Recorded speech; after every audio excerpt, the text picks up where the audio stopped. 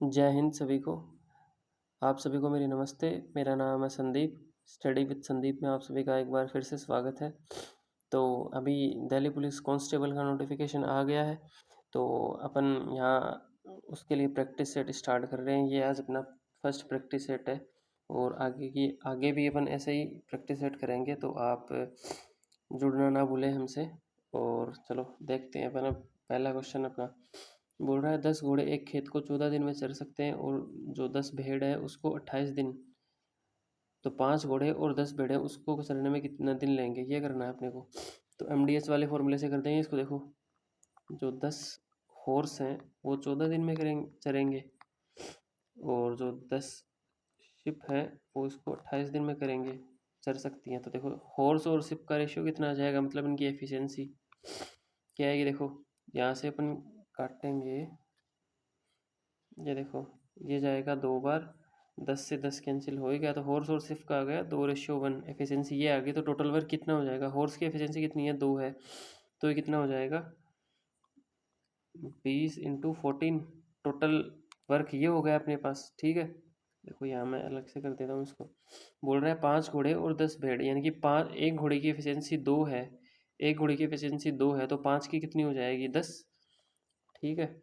और एक भेड़ की एफिशिएंसी 10 है, तो 10 की कितनी हो जाएगी 10 + 10, टोटल एफिशिएंसी कितनी हो गई 20। 20 की एफिशिएंसी से कितना टाइम लगेगा इनको 14 दिन। बस 20 से 20 कैंसिल हो गया, तो right answer will be 14 days में ये दोनों मिलके पूरे सर लेंगे उसको। चलो नेक्स्ट पे। ये देखो, रेणु का व्यय उसकी बचत से 120% अधिक है। अब सबसे पहले तो अपन 120 को फ्रैक्शन में लिखेंगे, 120% को। तो इसको कैसे लिख सकते हैं, 120 डिवाइडेड बाई 100, यानी कि 6/5, ये हो गया, ठीक है। अब देखो, ये नीचे आएगा, ये टोटल है अपने पास, मतलब ये जो है ये वो इनकी मतलब वो है, वे है, ठीक है। अब बोल क्या रहा है, देखो, व्यय उसकी बचत से 120% अधिक है, मतलब व्यय कितना है, व्यय है 5 और इसकी बचत कितनी है, सॉरी, व्यय उसकी बचत से 120% अधिक है, मतलब ये ज़्यादा है, तो बचत, इसकी बचत 6 है ना, तो व्यय ज़्यादा कितना हो जाएगा, 1 मिनट। देखो, इसकी जो बचत है वो 5 हो जाएगी अपने पास, ठीक है। बचत 5 है तो व्यय कितना हो जाएगा, 6 ज़्यादा है तो 11 हो गया व्यय, और आय कितनी होएगी, आय टोटल 16 हो गई, ठीक है। आगे क्या बोल रखा है इसने, आगे बोला है उसके आय और व्यय में क्रम से इतने 25 और 30% की वृद्धि होती तो बचत में कितने प्रतिशत की वृद्धि होगी। तो देखो, अपन सीधा ही कर देंगे यहाँ पे। आय में कितनी वृद्धि कर रहा है 25% की, तो इसको 25 से मल्टीप्लाई करेंगे, ठीक है। और व्यय में कितना कर रहा है 30% की, तो इसको 30 से करेंगे, ये x परसेंट से बढ़ जाएगा। तो देखो कितना होगा ये 0.832, ये हो गया 800 अपने पास, इक्वल टू 330 + 5x, ठीक है। अगर देखो ये इस तरफ आएगा तो 5x की वैल्यू कितनी आ जाएगी, 330 इस तरफ जाएगा तो 470 हो जाएगी, ठीक है। और x कितना आ जाएगा अपने पास, और ये 40 आएगा ना यहाँ पे, 1 मिनट,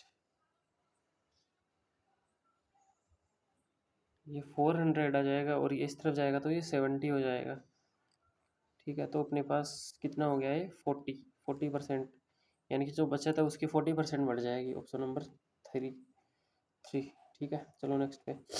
ये बोल रहा है 9 क्रमागत सम संख्याओं का औसत 24 है, तो 9 संख्याओं में सबसे छोटी 3 संख्याओं का औसत क्या होगा। अब देखो, 9 संख्याओं का एवरेज क्या होता है, 9 संख्याओं का एवरेज होता है 9 + 1/2, यानी कि जो फिफ्थ नंबर आएगा वो एवरेज होगा। इसका मतलब है जो 24 है ये फिफ्थ नंबर है, 9 जो कंटिन्यूसली जो इवन नंबर है उनमें जो फिफ्थ नंबर है वो 24 होगा, ठीक है। तो देखो इसको लिखेंगे कैसे अपने पास अपन, देखो, जो फिफ्थ नंबर है, फिफ्थ नंबर है ये 24 हो गया। अब अपने को बताना है 3 सबसे छोटे नंबर बताने हैं, तो देखो फिफ्थ से पहले क्या आएगा, ये 22, इससे पहले आएगा 20, इससे पहले आएगा 18 और इससे पहले आएगा 16। मतलब ये 5th नंबर है इस तरफ, ठीक है। तो 4 नंबर इधर रहेंगे, ठीक है, और 4 नंबर इसके इस साइड और 5वां नंबर है। टोटल 9 नंबर हो गए ना। तो 4 नंबर ये आ गए, 1 2 3 4, ठीक है। अब अपने को क्या पूछ रहा है इसने, सबसे छोटे 3 संख्याओं का औसत। तो देखो 16 18 और 20, इनका एवरेज क्या होगा। भाई ये नंबर भी लगातार है तो इनका एवरेज भी ये मिड वाला ही हो जाएगा 18। तो बस 18 सही आंसर हो जाएगा इसका, ऑप्शन नंबर 3। चलो नेक्स्ट पे। ये देखो, भेड़ों के एक झुंड में आधी भेड़ें चली गई और बची हुई 3/4 भेड़ें बच गई। आखिरी में 9 भेड़ें बची जो पानी पीने के लिए चली गई। तो शुरुआत में भेड़ों की संख्या कितनी थी। अब देखो इसको कैसे करेंगे। अपने टोटल भेड़ मान ली 12 है अपने पास, ठीक है। अब ये बोल रहा है 3/4 भेड़ें भटक गई। 3/4 का मतलब है 9 भेड़, 9 भेड़ भटक गई और बच गई कितनी, 3। ये बची, ये बची हुई है वो है। आखिरी में 9 भेड़ बची जो पानी पीने चली गई। मतलब ये तो भटक गई, ये भेड़ बची, ये कितनी दे रखा है अपने पास, 9। एक रेशियो की वैल्यू कितनी आ जाएगी, 3। और टोटल भेड़ कितनी हो जाएंगी अपने पास। पूछा क्या है इसने, तो शुरुआत में भेड़ों की कुल संख्या कितनी थी। एक मिनट एक मिनट एक मिनट एक मिनट, ये तो अपने थोड़ा सा देखो, 1 मिनट। इसने पहले भी कुछ बोल रखा है, वो पढ़ा ही नहीं अपने। बोल रहा है एक झुंड में आधी भेड़ें चली गई। देखो आधी भेड़ें चली गई, इसका मतलब है 6 भेड़ें चली गई, 6 भेड़ें बच गई। ये बची हुई है वो है, ठीक है। और बची हुई 3/4 भेड़ें भटक गई। अब इसमें 3/4 करेंगे तो मतलब 4 से मल्टीप्लाई करेंगे, इसको डिवाइड करेंगे तो पॉइंट में जाएगा। तो इससे अच्छा है कि पूरे कोई 4 से डिवाइड कर लें अपन, ठीक है। ये भी 4 से डिवाइड। अब देखो इसका 3/4 कितना होगा, 3/4 करेंगे तो ये हो जाएगा 18। और बच गया कितना, 6, ठीक है। भाई 3/4 तो भटक गई और बची कितनी, 1/4। 1/4 बच गई ना, मतलब 6 भेड़ें बच गई, ठीक है। और बोल रहा है आखिर में 9 भेड़ें बची। तो अपने पास बच कितनी रही है, 6, और बचा कितनी रहा है यहाँ पे, 9। ये 6 रेशियो की वैल्यू है 9, 1 रेशियो की वैल्यू आएगी 3/2।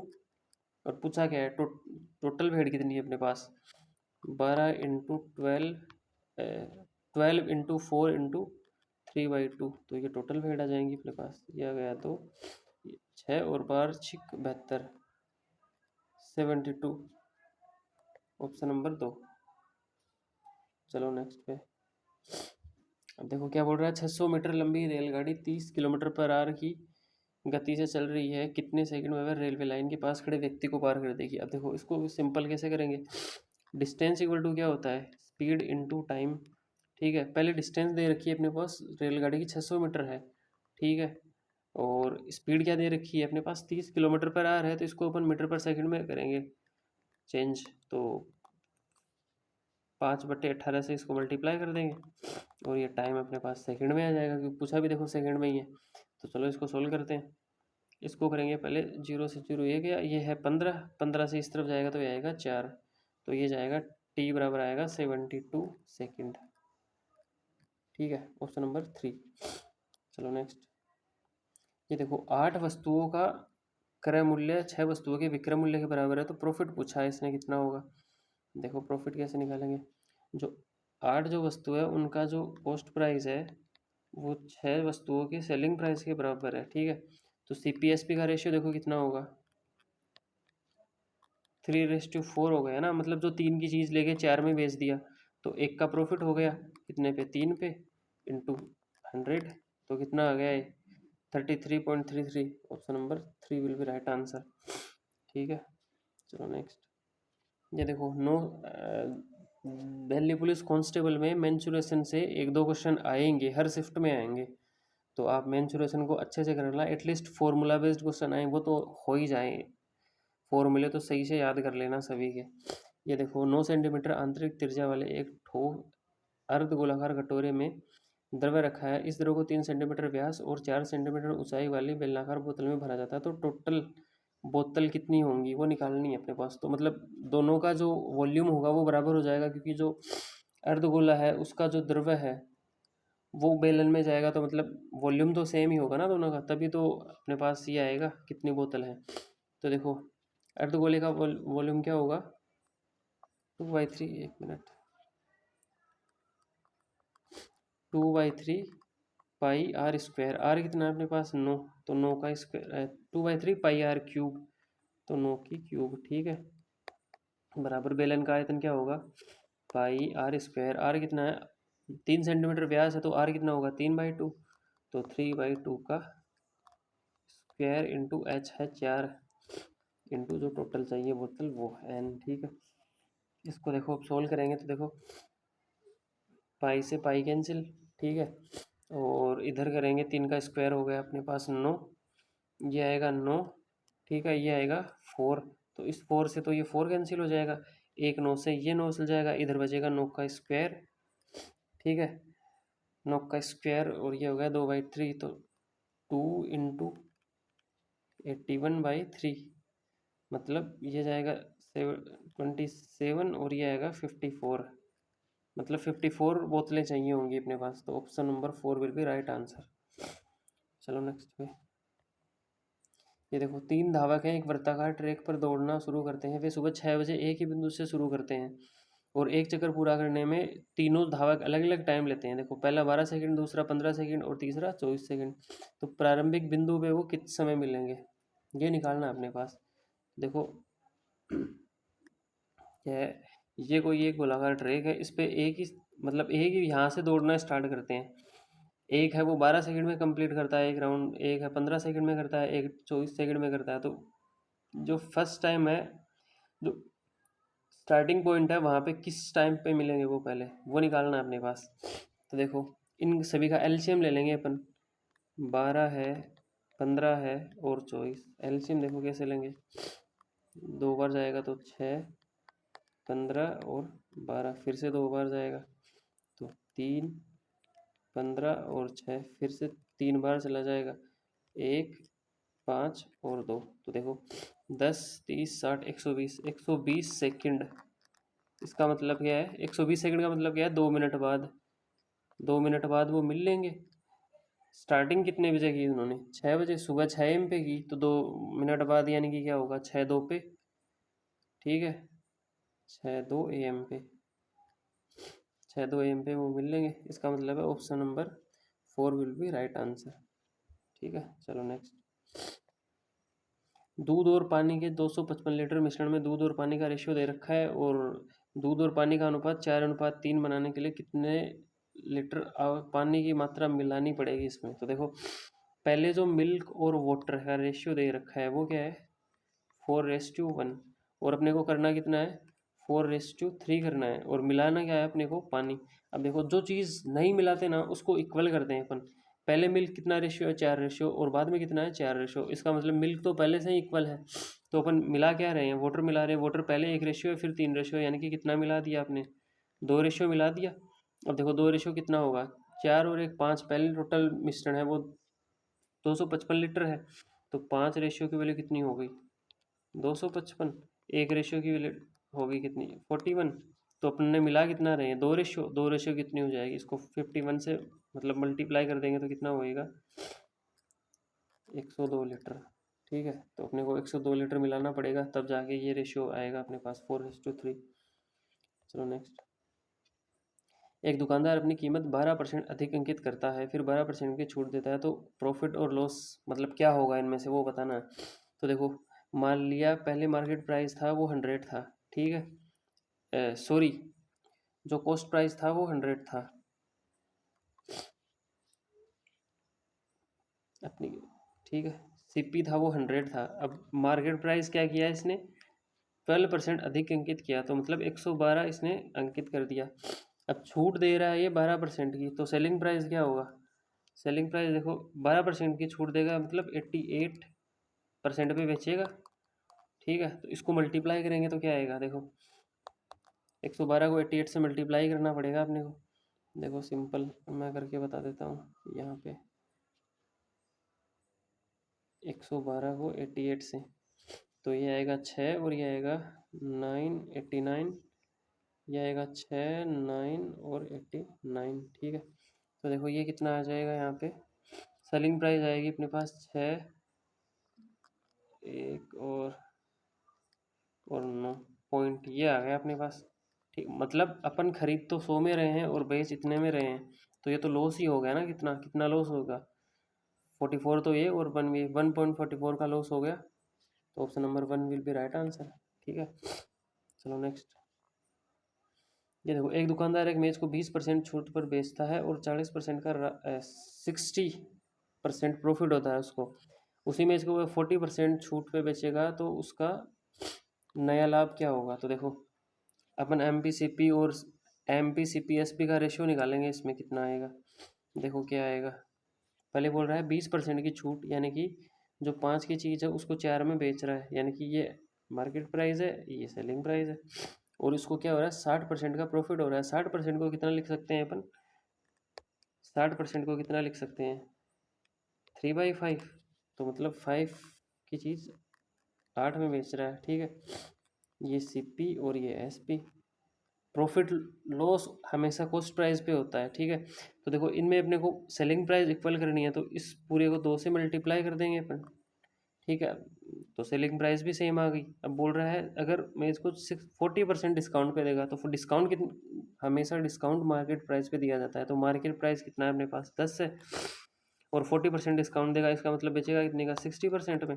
तो मतलब 6 में बेच रहा है ये। ठीक है, अब देखो 5 में लेके आया और 6 में बेच दिया, तो प्रॉफिट कितना होगा, 5 में लाया और 6 में बेच दिया, एक का प्रॉफिट हो गया 5 पे।